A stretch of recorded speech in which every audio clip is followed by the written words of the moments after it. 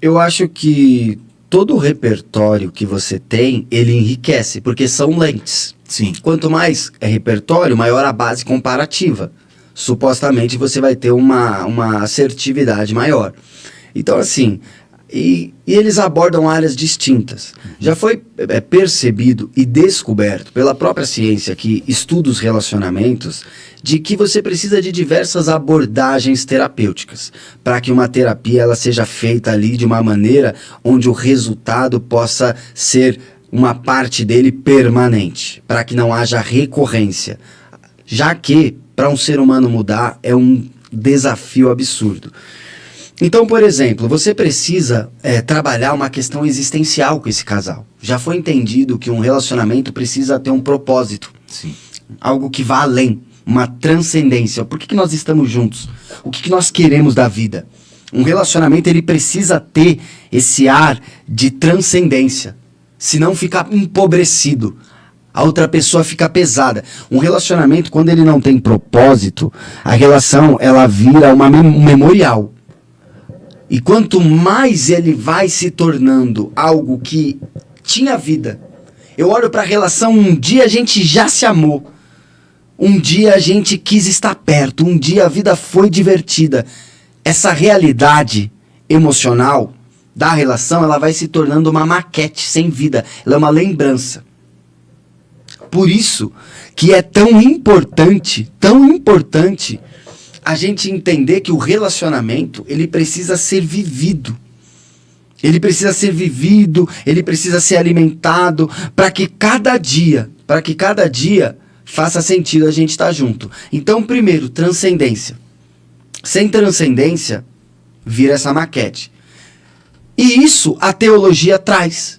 Uma questão existencial, uma questão de propósito, um que a mais. Quando você olha, por exemplo, o apóstolo Paulo falando sobre relacionamento, no livro de Efésios, capítulo 5, ele fala sobre relacionamento. Quando ele termina, ele fala, grande é esse mistério, mas eu me refiro a Cristo e à igreja.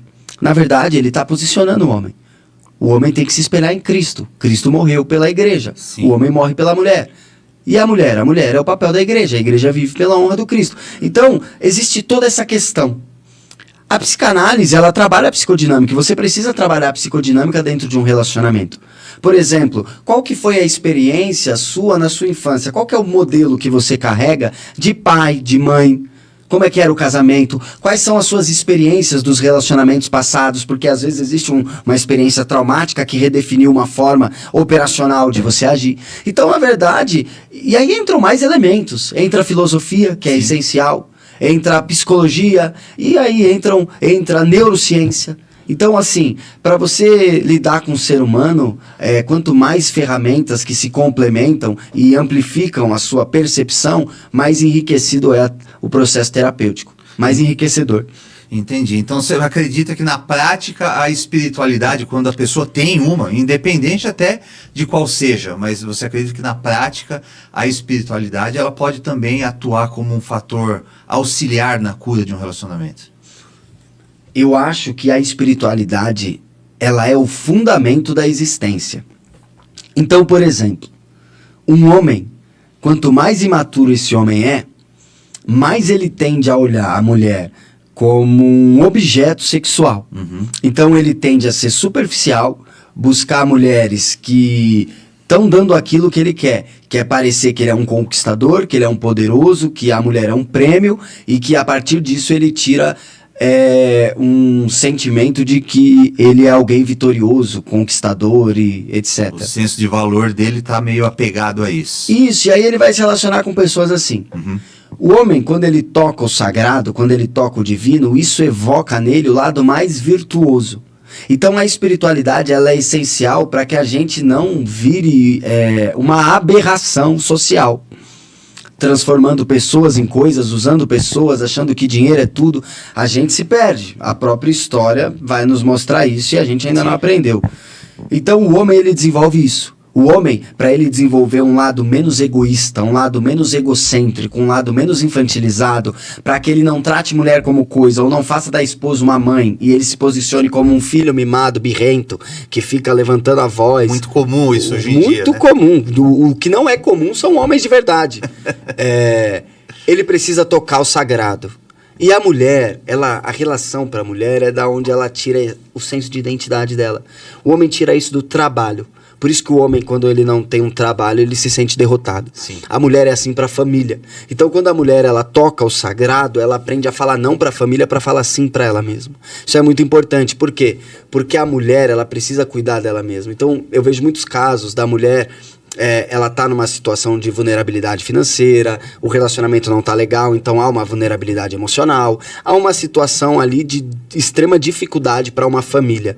E na tentativa de salvar, porque ela tira o senso de si mesmo disso, é a minha família onde eu tô errando, o que eu tô fazendo de ruim, ela vai falando não para ela mesma, a ponto às vezes dela ela negligenciar os cuidados básicos. Que a mulher tem que ter com ela mesma, da estética, de cuidar do corpo, de cuidar da mente, de cuidar da saúde, de tudo. E aí o que acontece? É um suicídio.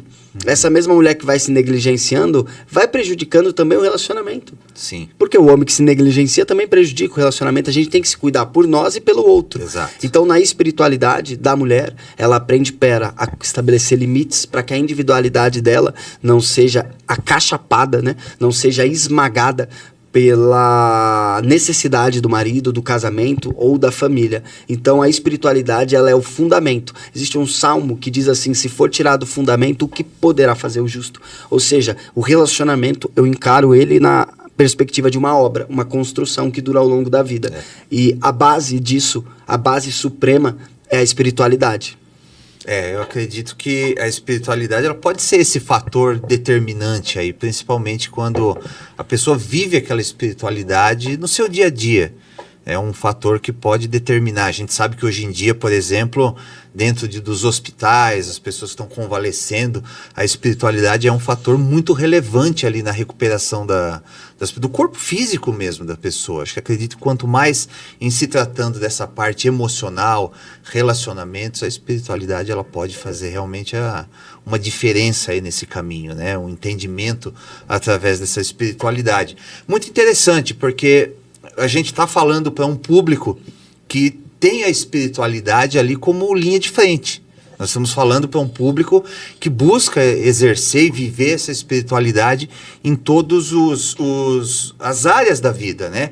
Porém, a gente está vivendo um tempo, e até em uma das suas respostas você tocou a respeito dos casais que não estão mais sincronizados, né, na sua agenda, no seu dia a dia. Isso acaba refletindo na conversa. E é justamente o enfoque que eu queria trazer para essa próxima questão. Porque a gente, nos tempos modernos que a gente está vivendo, cada um fazendo a sua correria,